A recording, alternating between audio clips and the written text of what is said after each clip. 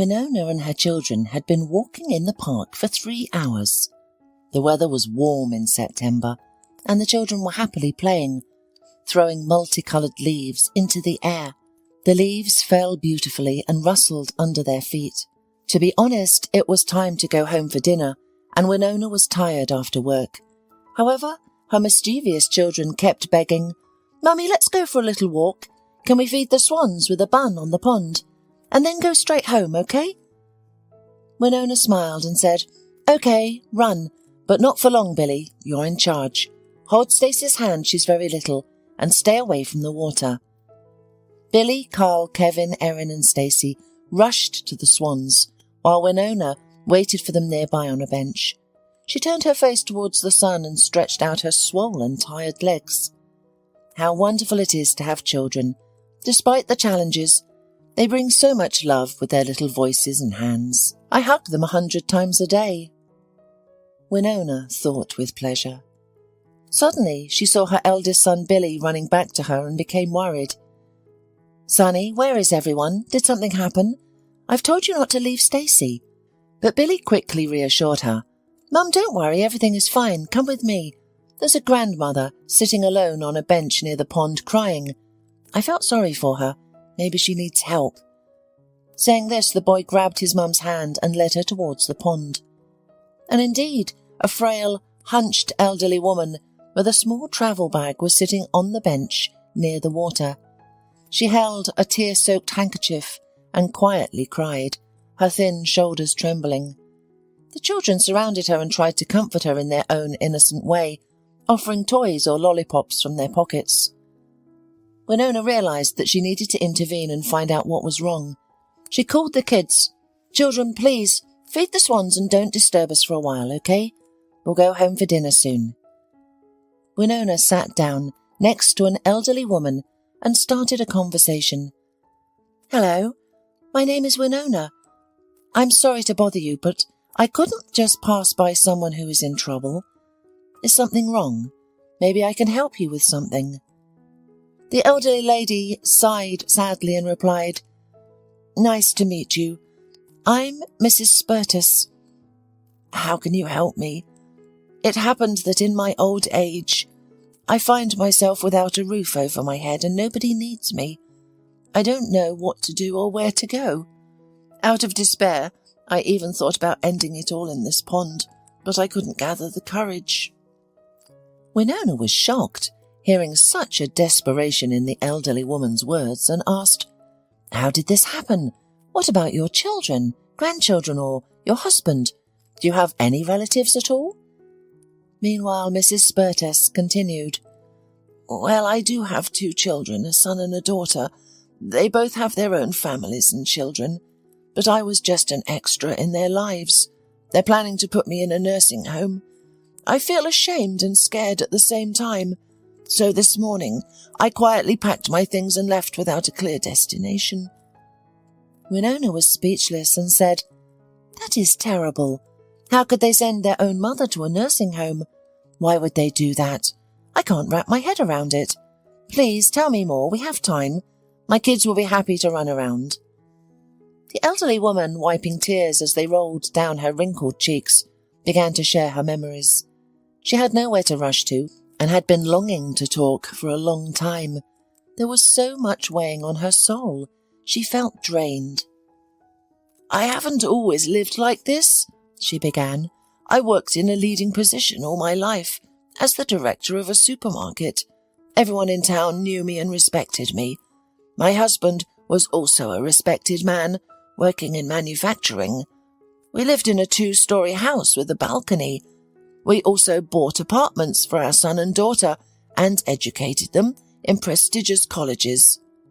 Kristen and Sherman, our children, grew up with so much love and pampering.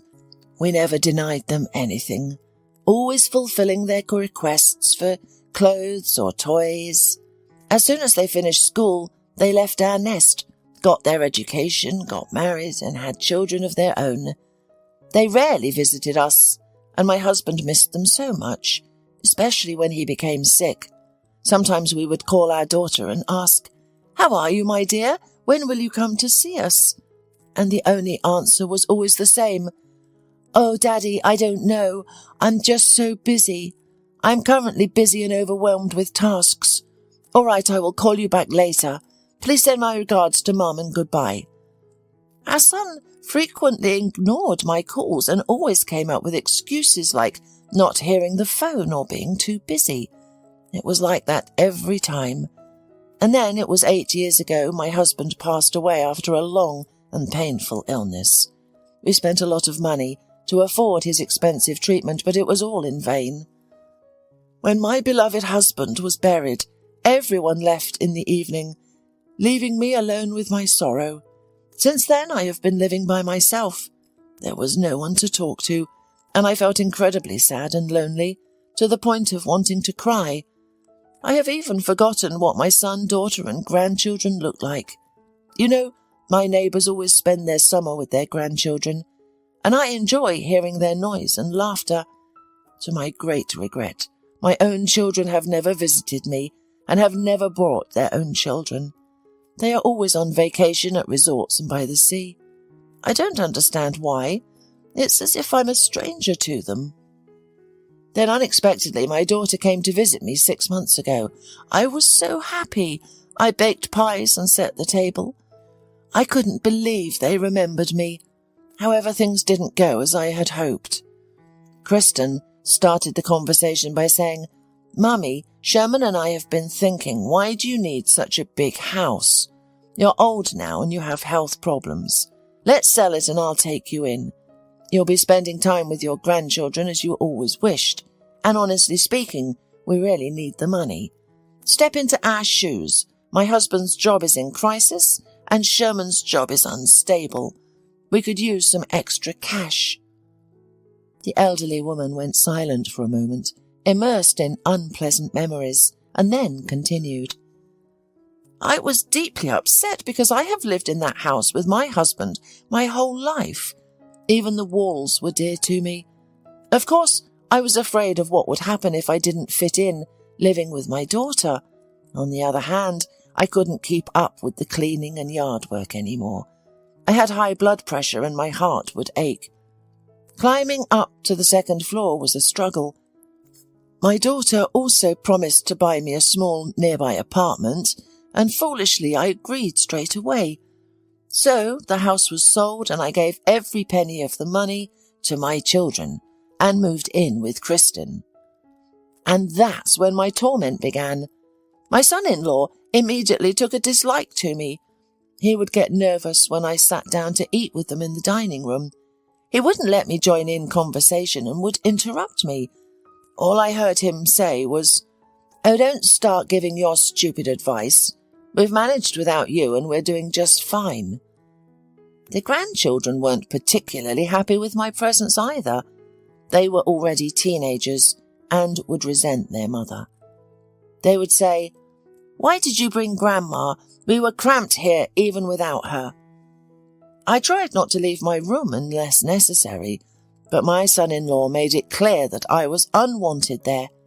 My daughter would often get angry too, saying, "Mum, don't go anywhere, don't touch anything. Can't you remember where things are?" I was so stressed out.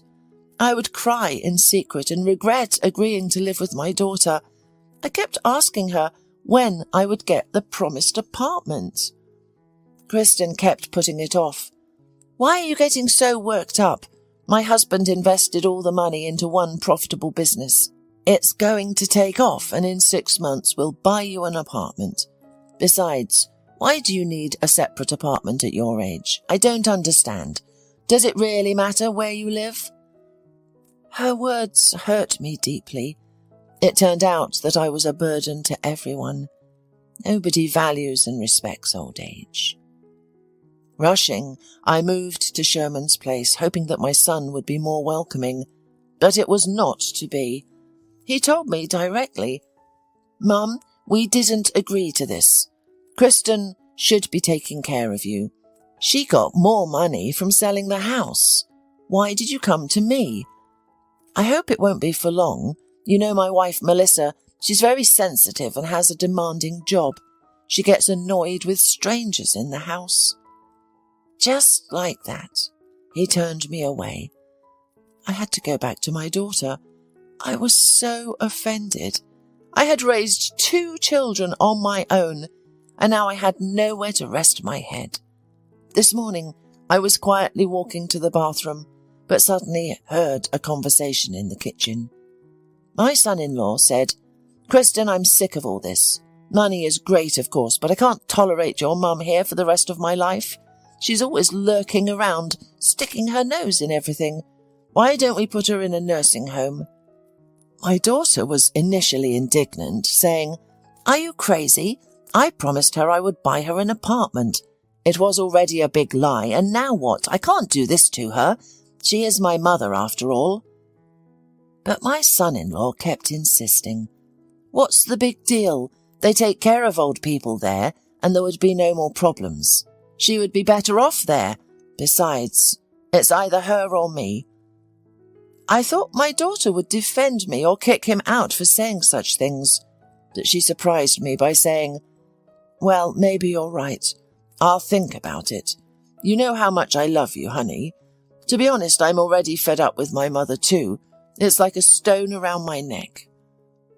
After these words, I was not going to stay at my daughter's house for a minute.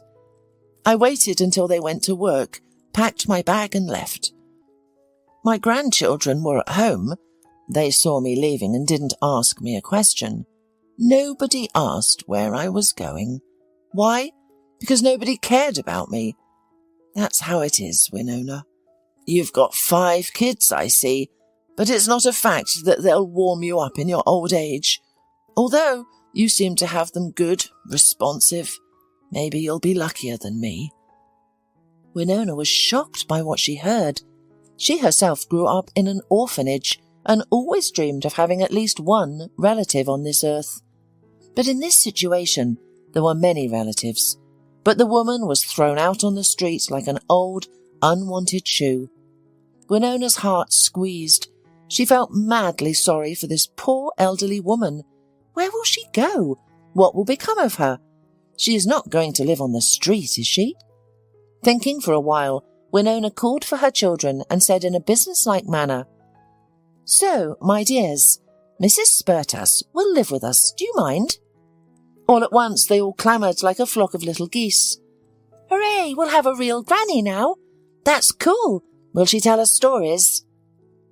Winona took the old lady's bag and gave her a hand. "Come with us, Mrs. Spurtus, and please do not refuse. We need you very much. You can't even imagine to what extent. I really need an adult to look after my children. And you need a roof over your head, so we can help each other. I work as a cleaner in the office, and sometimes there is no one to sit with the children. I have to ask either a friend or a neighbour. Don't worry, they're good, well-mannered. You won't have any problems with them. Of course our place is a bit cramped, but it's fun. Well, do you agree?" Mrs. Spurtus even wept. "Thank you very much, Winona. I'll agree with pleasure. I'm so tired of loneliness, and I will gladly take care of the children. And frankly, I'll take any offer I can get, as long as I don't have to go back to my daughter." They all went home, to the apartment in an old building, and Mrs. Spurtus was surprised at the attention and care she was surrounded by. The only bedroom was clean and cosy. Bunk beds stood near each wall. The tables were sliding and did not take much space. Mrs. Spurtus was put to sleep on the sofa in the living room, where Winona had laid clean bedclothes. The children brought her warm socks with the words, "Granny, put them on because the floor is cold. You can catch a cold." They all dined together with a huge pan of fried potatoes, drank tea with pancakes, and chatted merrily. Mrs. Spurtus was surprisingly cosy and comfortable in this seemingly cramped apartment. From the first minute she really felt at home. After all, she was sincerely welcomed, and this was so touching and pleasant. When at last the restless little pranksters settled down in their beds and sweetly fell asleep after the promised tale, the women went into the kitchen. Winona took out a small bottle of homemade drink from the refrigerator. "Cherry with cinnamon. I made it myself. Let's have a small one, shall we?" I haven't had a guest for ages." Mrs. Spurtas dared to ask, "Winona, and how did you happen to be alone with 5 children? You seem to be still young. When did you have time to give birth?" The woman sighed sadly. "Oh, Mrs. Spurtas, my fate is not sweeter than yours. I am an orphan. I grew up in an orphanage. I only know about my parents from the tutors, that they drank heavily, so they took me away from my family. I was lucky to have good, kind-hearted teachers that didn't hurt us. They took pity on us. I got a job as a maid in a hotel. That's where I met my future husband, Gary. He was a trucker who often stayed overnight at our place. You know, I did not fall in love with him at once. Rather, he fell in love with me without memory. He courted me beautifully, brought me different gifts from his trips, like perfume or a ring. I was initially very frightened that he was older by 10 years and has 3 children. Gary did not hide anything. He honestly told me that his wife was a bad woman, and while he was on his trips, she did not get out of other men's beds. They always scandalized because she didn't take care of the children at all. She shouted at them. They irritated her all the time. And then she left them and went off to another lover for good. Can you imagine? She abandoned 3 of her own children. Well, the neighbours called Gary and reported that the children were home alone and crying. He rushed home, unable to fully believe that a mother could be so cruel to her own children. Billy, Carl and Erin are Gary's children from a previous marriage. Carl was even stuttering a little from nervousness, but we had cured him later. After a while, Gary deprived his ex-wife of her rights to the children and began hiring a nanny to take care of them while he was on his trips. What could he do? He had to feed his family. And then we met. He understood that I was young and unsure if I wanted to take on the burden of raising 3 children. So he initially suggested, "Let's go to the park with the kids this weekend, and you can talk to each other. If you realize that you don't want all this, I won't be offended. I understand that 3 children are a burden and a big responsibility. Plus, I don't know how they'll accept you. But let me make it clear, I won't abandon my children. It's either a big and loving family or no family at all.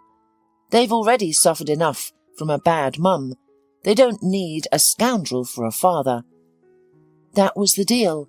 When I saw how Gary carried Billy on his shoulders with balloons and pushed Erin in a stroller, who was only a year old at the time, something inside me changed. It was so unusual and touching. The kids welcomed me wonderfully, and I was happy to play with them all day long. Of course, our first meeting wasn't exactly a romantic date, but by the evening Gary and I had grown so close that we put the kids to bed together and I stayed at his house. For good. At first it was difficult. There were times when I cried from fatigue, especially when the children were sick and fussy. But my beloved always helped, encouraged me, and was there for me. Gradually I became so attached to the kids that I couldn't imagine my life any other way. They started calling me Mum. A year later I found out that I was pregnant. I was overjoyed, and imagine, it turned out that we were having twins. I was petrified, to be honest. The pregnancy was hard and I could barely make it. Kevin and Stacey were born, so suddenly we had 5 children. Despite all the difficulties, it was the happiest time. The first tooth, the first mummy, the first step. Gary was glowing with happiness, and we never differentiated between his children and mine. They were all ours, loved and cherished. Winona suddenly stopped talking, faltered, poured another shot glass, drank it in one gulp without snacking, and quietly said, swallowing tears, "And 6 months ago, Gary died in a car accident on a slippery highway. I don't remember the funeral well. I was unconscious most of the time. Just like that, instantly I became a 25-year-old widow with 5 children. I was terrified, and the children were crying and waiting for their daddy to come home. They kept asking when he would come, tearing my soul apart. I was in total despair, on the verge of giving up, and I didn't know how to go on. Times were tough. I had to sell Gary's house to have something to raise my children on and move here. My acquaintances still don't understand me. They think I'm crazy for not giving up the children for adoption. But I can't.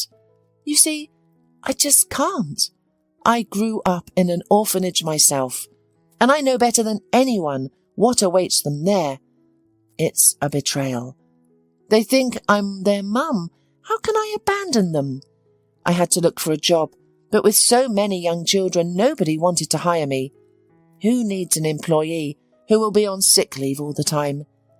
I finally managed to get a job as a cleaner in a company. The boss took pity on me and hired me, but with the condition that I wouldn't take any time off or sick leave. So I kept working, always spinning. Sometimes I would ask my friend to babysit, or the neighbour. You know, small children often get sick. Yes, it's difficult, of course. The salary is not enough for such a big family, but I receive a child allowance, and some of my acquaintances give me their kids' things. I'm not picky. Billy started school this year, and I barely managed to prepare him. But it's okay. He's no worse than the others. As for work, some people like to tease me because they think that since I'm a cleaner, I must be a naive fool who had babies with anyone. And frankly speaking, it brings me to tears. Mrs. Spurtas also got emotional, cried and took Winona's hand. Darling, you are a true hero, Mother, and a clever woman. You're doing everything right. Everything will get better. The kids will grow up, and it will get easier. I will help you with great pleasure. We won't be lost, believe me. They continued talking and crying together for a long time. It seemed that with every tear shed, the accumulated grief and sadness from all those years were being washed away, and their souls felt lighter. That's how they started living together as one big and loving family. The children adored Mrs. Spurtas for her storytelling skills and her delicious pies made with cabbage and apples. The elderly woman seemed rejuvenated, standing tall and constantly smiling. She felt motivated and valued in this family, where there were no rules or restrictions. If someone accidentally broke a dish, they were not scolded, but instead helped to clean up. The older children took care of the younger ones, and Winona taught everyone to work.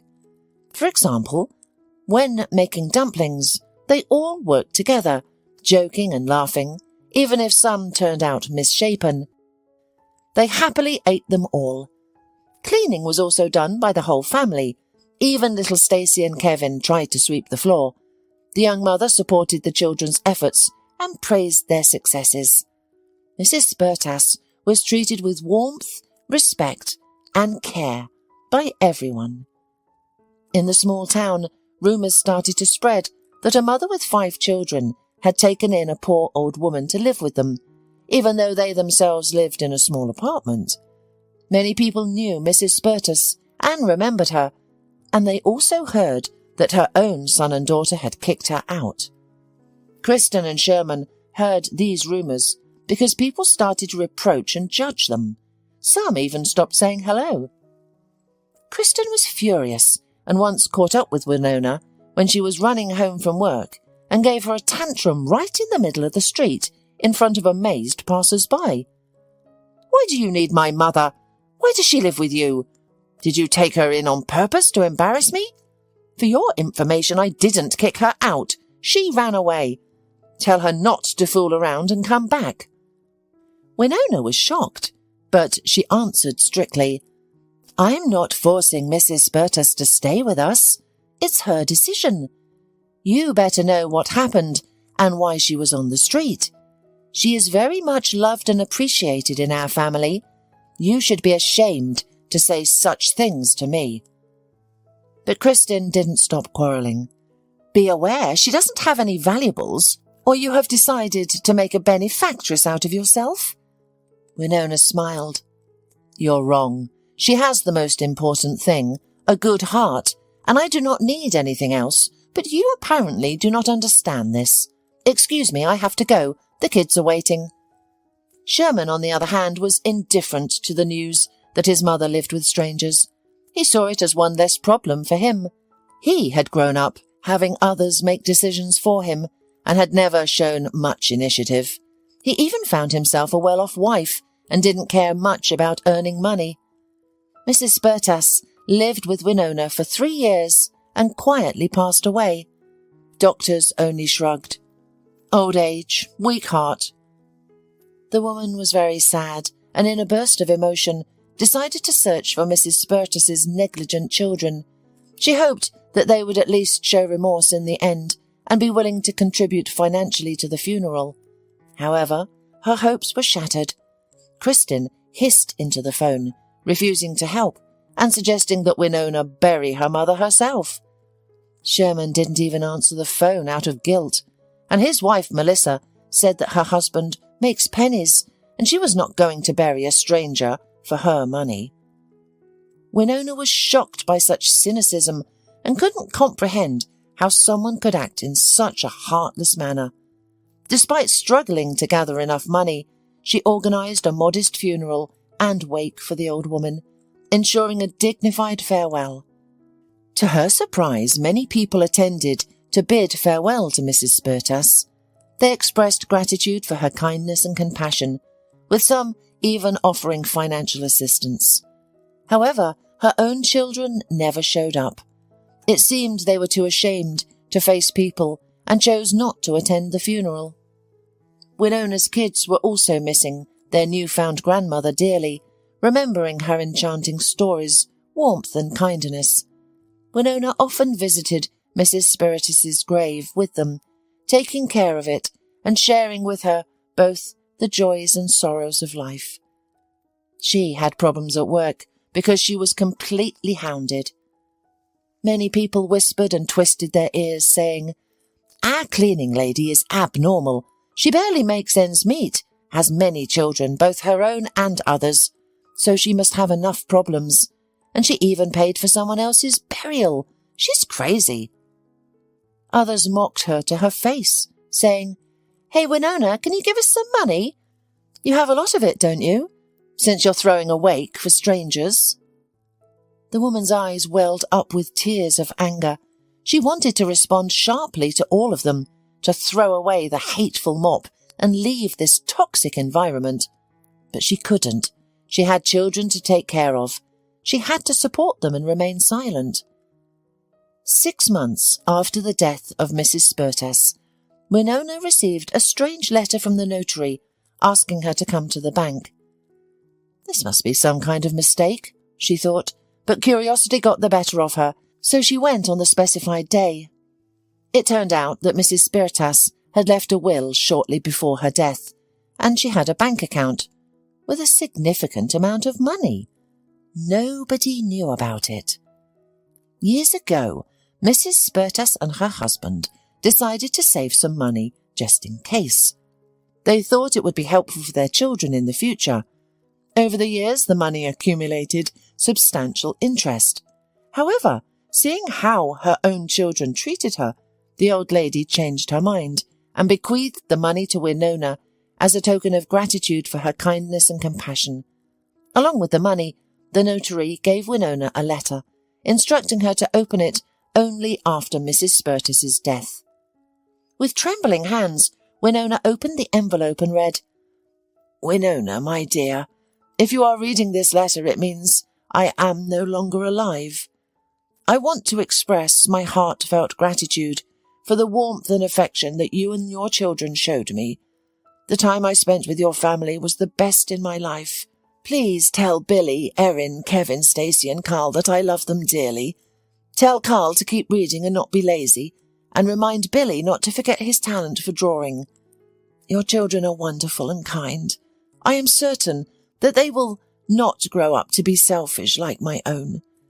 I wish you all the best in life. I love you all, Mrs. Spertus." Winona clutched the letter to her chest, treasuring it as the most valuable possession, and sobbed as she remembered the honest and brightest elderly woman who had become a part of their family. With the money she received from the bank, Winona decided she would no longer work as a cleaner. She would finally be able to change the apartment for more spacious and take her children to the sea. It had been a dream for many years, and now it could become a reality. The next day, Winona took the kids on the bus to kindergarten and school. For the first time in a long time, she didn't rush to her hated work. Instead, she leisurely strolled through the stores. She treated herself to a beautiful summer dress with small polka dots and elegant sandals with a small heel. Afterwards, she visited the hairdresser, where she dyed her hair a beautiful brown colour and got a fashionable bob cut. She couldn't believe how happy she felt when she looked at her reflection in the mirror. She saw an entirely different woman, young, attractive, fashionable and self-confident. These were small joys that she couldn't afford before, due to her banal lack of money. She had to wear the same sweater and washed-out jeans throughout the year, and her hair was always tied up in a ponytail. An hour later, a young, beautiful and dressy woman entered the company's office and, with her heels clacking briskly, walked confidently to the director's office, ignoring the secretary. "Hello, are you here to see Mr. Weinberg?" the secretary asked, coming to her herself, finally. "How can I introduce you, and what is your question?" Winona laughed and replied, "It's me, Winona, the cleaner. Didn't you recognize me?" The secretary was astonished, her jaw dropping. She couldn't believe that this bright and beautiful woman with a stylish hairdo could be the same person who used to mop the floors at their office. In surprise, she asked, "You look spectacular, but are you going to mop the floors like that?" Winona smiled and said, "No, I won't be washing the floors anymore. Mrs. Spertas left me a large sum of money, so I'm leaving you and going to the sea with my children." The secretary could only respond with amazement. "That's incredible!" Later, when Winona picked up her kids from kindergarten, she wasn't recognized by the teachers or even her own children. Her twins, Kevin and Stacy, excitedly circled around her and shouted, "Mummy, is that you? Did you get a new hairstyle?" Carl, who was older, gave a thumbs up and said, "Mum, you're just gorgeous." Billy, coming home from school, looked at Winona in an adult way and said with admiration, "Mummy, you look so pretty. You are the most beautiful." During dinner, Winona asked in a mysterious voice, "Well, did everyone finish their porridge? Well done. You know, I have a surprise for you." Intrigued, the children couldn't resist and shouted, "Mum, what kind of surprise? Did you buy us a tasty treat? Or a toy?" Winona laughed and replied, "Mrs. Spertas gave us a lot of money, and we are going to the sea in a week. All together. Here are the tickets. Tomorrow we will go to choose swimsuits, swim trunks, masks and goggles for swimming. But there is one condition. You must obey your mum and not fool around." The excitement began. The kids screamed, jumped up and down and hugged Winona, exclaiming, "Hurrah! The sea! Mummy, you're the best!" The news of the large family going to the sea and the unexpected inheritance from the old lady quickly spread throughout the city, thanks to the chatty secretary. Kristen, upon learning the news, hated her late mother and Winona even more. She shouted throughout the apartment, "What a viper!" She pretended to be a benefactor, but she kept such a fortune for herself. How could she do that? Mum is so good too. Not a peep, not a word that she had so much money in the bank. She has her own grandchildren, but she left everything to strangers. Where is the justice? We should have put her in a nursing home and checked all her accounts. Winona and her children happily splashed in the warm and clean sea, spent time building sandcastles on the shore, and enjoyed delicious fruits during their vacation. Of course, Winona couldn't completely relax due to her concern for the children. She vigilantly watched to make sure they didn't get sunburned, always reminded them to wear hats, and in the afternoon, the whole family went to their room for a nap. Winona carried the responsibility of caring for the children on her shoulders, but she had long gotten used to it. The children were obedient, sometimes mischievous, but in moderation. Malcolm lived in a neighbouring cottage and watched the interesting and lively family as they enjoyed their vacation. He observed how skillfully Winona managed the children without any scandals or tantrums, and admired her. He was a widower. His wife had passed away a long time ago, and they didn't have any children. For 10 long years he had been consumed by loneliness and longing. Malcolm was well off, a lawyer by profession, and he interacted with different people at work. He could almost unmistakably determine a person's character and lifestyle. But this tanned, young and cheerful stranger with a bunch of children captivated him instantly. He tried to calculate her age, the ages of the children, but couldn't quite imagine when and how she had managed to give birth to all of them. He was deeply attracted to the woman, which was rare for him. He found himself admiring the way she smiled sincerely and warmly, how she unconsciously raised her bangs and gracefully turned her neck, giving him goosebumps. He pushed away these thoughts, thinking to himself, "Why would you need this lady with such a bunch of children? Are you crazy, you old fool? You're 42 years old and she's still young, maybe even married, and her husband just didn't come on vacation." Malcolm continued to watch them but didn't dare to approach and introduce himself, afraid of looking ridiculous. However, their meeting happened by chance, or fate. Carl and Erin were playing ball and accidentally hit Malcolm right in the forehead. The children were embarrassed and quickly ran up to him to apologise. "Oh, sorry, it was because of the strong wind. Are you hurt?" The man laughed and cheerfully tossed the ball back to them. "It's nothing at all. My name is Malcolm. And how about you, young athletes?" The boys introduced themselves and eagerly pulled Malcolm towards the rest of the family. He happily went along with them. Winona enjoyed playing with the kids and helped them dig a mini lake in the sand. She didn't immediately notice the stranger's presence. "Hello, everyone. My name is Malcolm. It so happens that I met 2 charming volleyball fans, and they invited me to join you. Am I interrupting?" Winona laughed and replied, "Hi, I'm Winona. Have my naughty boys gotten to you yet? They can. Of course, you won't be a bother. The more the merrier. Join us." And so, unnoticed, Malcolm and Winona spent the whole day together, swimming, sunbathing and getting to know each other. The time flew by cheerfully and interestingly. In the evening, after dinner, Malcolm timidly asked, "Winona, what are your thoughts on having a glass of fine wine here, not far away, on the terrace of the cafe?" Winona felt embarrassed. It had been a long time since anyone had made such a suggestion. "Only after I put the children to bed, and not for long, you know." Her heart fluttered with anticipation. She hadn't felt this way about meeting someone new in a long time.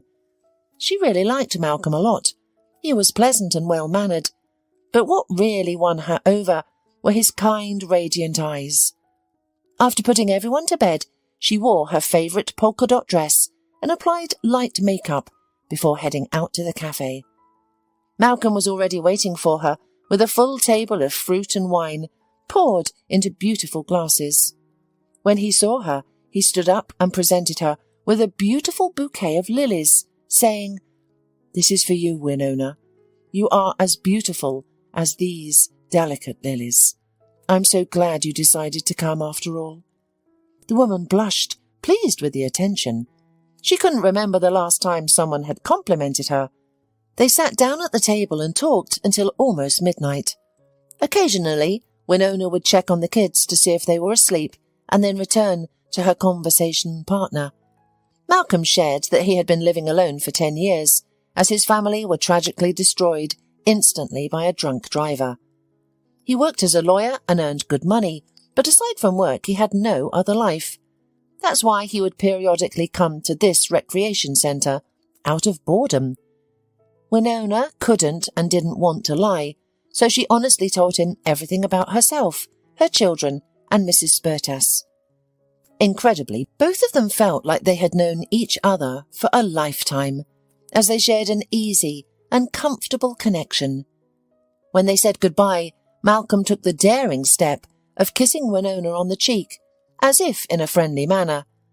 That kiss made the woman feel dizzy and incredibly good, something she had never experienced before.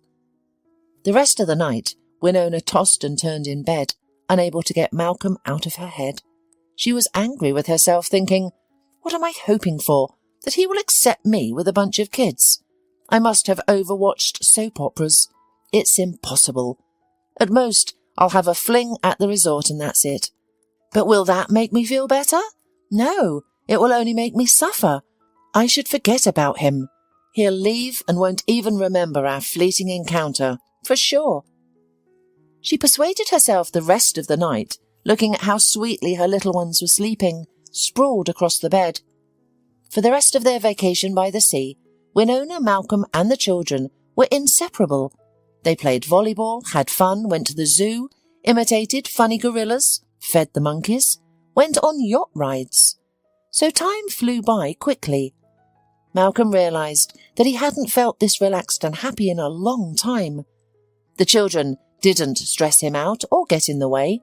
On the contrary, when he interacted with them, it was as if he was transported back to a carefree childhood and could truly be himself. The day of departure arrived. Winona packed her suitcases, gathered the children, checked the documents, and suddenly there was a knock at the door. Malcolm entered, and seeing that the family were almost ready to leave, blurted out, "Winona, listen, I wanted to tell you, or rather invite you. Oh, I'm completely confused. Kids, I invite all of you to my home. I have a big spacious house with many grapes, a pool, a dog named Leela, and a cat named Timmy. But I'm so sad and lonely in such a huge house all by myself. There's a school and a kindergarten nearby. You'll love it. Who's in favour? Raise your hands." The joyful children shouted in unison and raised their hands, exclaiming, "Hooray! Mummy, we're going to Malcolm's." Then 1,000 questions followed. "Can we play with the doggy? Does Leela know any commands? Can we swim in the pool?" Winona protested. No, this is uncomfortable. Malcolm, why are you encouraging the children? We have to go home." She picked up her suitcase. The children were upset and quiet, but Malcolm winked at them and whispered conspiratorially, "Don't worry, I'll talk to your mother alone and persuade her. You'll see." They went outside. Winona frowned and said, "Malcolm, it's not fair to play with children's feelings. We're adults. Who are we pretending to be? You'll get tired of the noise and hassle, and then what? How am I going to explain all of this to the kids? Remember, children are not just happy all the time. They can be cranky and sick, and they need constant care and attention. It's not an easy job. Really, they are my family, but they're strangers to you. And what about me? Who am I to you? We've only known each other for 2 weeks. Why do you need me?" Suddenly, Malcolm pressed her tightly against him and passionately kissed her on the lips. She tried to resist at first, but then gave in, and they couldn't separate from each other for a long time. After catching their breath, Malcolm said, "Winona, I'm 42 years old and I'm a lawyer. I'm not someone who just says words without weighting them. I won't hide it. If someone had told me a month ago that I would fall in love so quickly with a woman I barely knew, who had 5 children, I would have thought they were crazy. But believe me, these past 2 weeks that we've spent together have been the best 2 weeks of my life. Since my wife passed away 10 years ago, I became hardened, cynical, and stopped believing in love. But you and your children have brought back the happiness of my childhood. With you, I feel like myself again, and I feel good. I understand the responsibility I have towards you and the children, and I promise I will never betray you or abandon you, no matter how difficult it gets. Let's make it official and live as one big and loving family." Winona smiled and said, Well, if that's how you feel, then I agree. The children truly love you, and children's hearts don't lie. And I fell in love too. She hugged him tenderly and then asked, "But what about work? Will I be able to find a suitable job in your city? I was only hired at my old age out of pity." Malcolm laughed and said, "Job? What do you need it for? Your true calling is to be a mother, and you're amazing at it. I have enough money to provide for our family, trust me." Winona felt like she was living in a magical fairy tale and was afraid to close her eyes, fearing that it would all disappear. Every evening, as they tucked their children into bed and lay together, Winona silently thanked her guardian angel, Mrs. Spurtas. Meanwhile, the seeds of anger and hatred that Kristen and Sherman had shown towards her mother soon bore fruit. Kristen was unexpectedly disabled in an accident and was left with no husband or children. She was placed in a centre for the people with disabilities without any hesitation. Sherman fell into debt and started drinking heavily, leading to Melissa filing for divorce and leaving him with nothing. Mrs. Spurtas's children became even more bitter, spending their days away from their relatives and suffering from the burden of loneliness. They didn't realize the simple truth. How you treat your parents is how your children will treat you. It's the law of life.